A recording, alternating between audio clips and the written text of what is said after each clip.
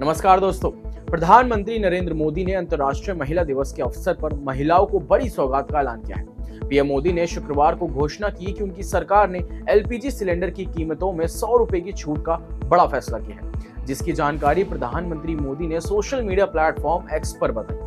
केंद्र सरकार ने 7 मार्च को ही प्रधानमंत्री उज्ज्वला योजना पर भी बड़ा फैसला लेते हुए सब्सिडी 1 साल के लिए 31 मार्च 2025 तक बढ़ा दी है। सरकार ने कहा कि उज्ज्वला योजना की सब्सिडी सीधे योग्य लाभार्थियों के बैंक खातों में जमा की जाएगी। जानकारी के लिए आपको बता दें कि दिल्ली में यह दाम पहले 903 था और अब ये 100 रुपए घटकर 803 हो गया है। वहीं मुंबई में 902.50 से 802.50 हो गया है।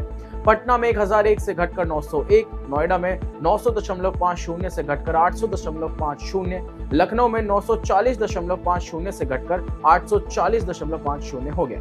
अब देखने वाली बात यह है कि जैसे जैसे लोकसभा चुनाव की तारीख नजदीक आ रही है, वैसे वैसे बीजेपी और कांग्रेस के बीच 6 मात का खेल शुरू हो गया है। जहां एक तरफ पीएम मोदी सत्ता की हैट्रिक लगाने और 370 सीटें जीतने का टारगेट लेकर चल रहे हैं, उनकी हर रैलियों में मोदी की गारंटी का जिक्र जरूर होता है और अंतर्राष्ट्रीय महिला दिवस पर भी इन गारंटियों को देखने को भी मिला।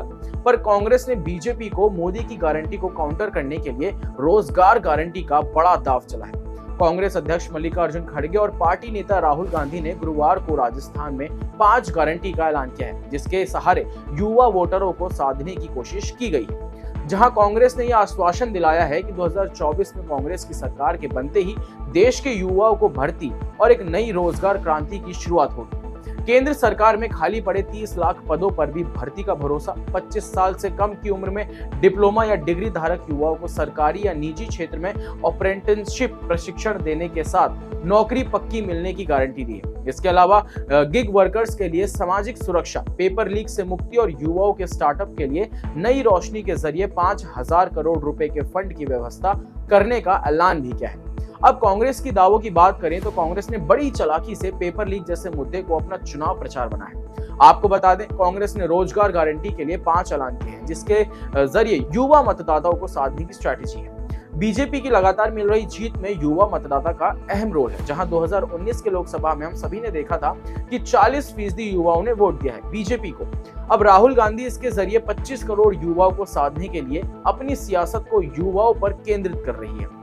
आपको बता दें, 2014 से 2021-22 के बीच 22 करोड़ युवाओं ने सिर्फ केंद्र की नौकरी के लिए फॉर्म भरा है, जिसमें से 1% से कम को ही केंद्र में सरकारी नौकरी मिल पाई है और अनुमान ये है कि हर साल 3 करोड़ युवा सरकारी नौकरियों में बैठे हैं। Centre for monitoring Indian economy के मुताबिक दिसंबर 2021 में भारत में बेरोजगारी दर 7.9% थी। अक्टूबर में 2023 में बढ़कर 10.05% के स्तर पर पहुंच गई। इसलिए विपक्षी दल 2024 के लोकसभा चुनाव में बीजेपी के खिलाफ रोजगार के मुद्दे को उठा रही है। राहुल गांधी से लेकर तेजस्वी यादव और अखिलेश यादव तक इसे बीजेपी के खिलाफ एक नैरेटिव सेट करने में लगे हुए हैं। बता दें कि देश में एक छात्र सरकारी नौकरी की तैयारी के लिए औसत 2 लाख रुपए, जिसमें किराए, किताब, तैयारी, कोचिंग, खाना पीना, हर साल इन सब चीजों पे खर्च करता है।